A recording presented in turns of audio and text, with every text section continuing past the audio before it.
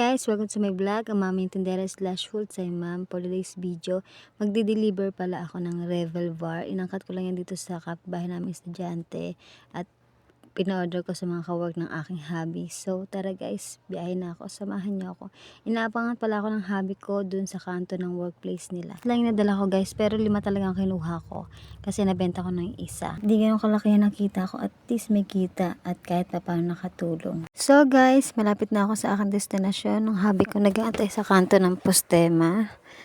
So, may practice kasi sila. May sayaw sila ng Christmas party nila. Kasama sila sa sumali sa dance contest. Kaya mamaya pagdating sa practice place nila ay manonood muna tayo ng Very Light.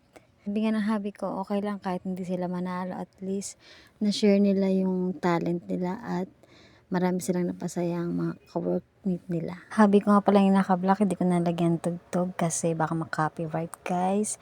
So ito na nga may mga umorder sa akin. Thank you sa uulitin. So dito ko na tatapusin ang aking pagbablog. Thanks for watching. Bye!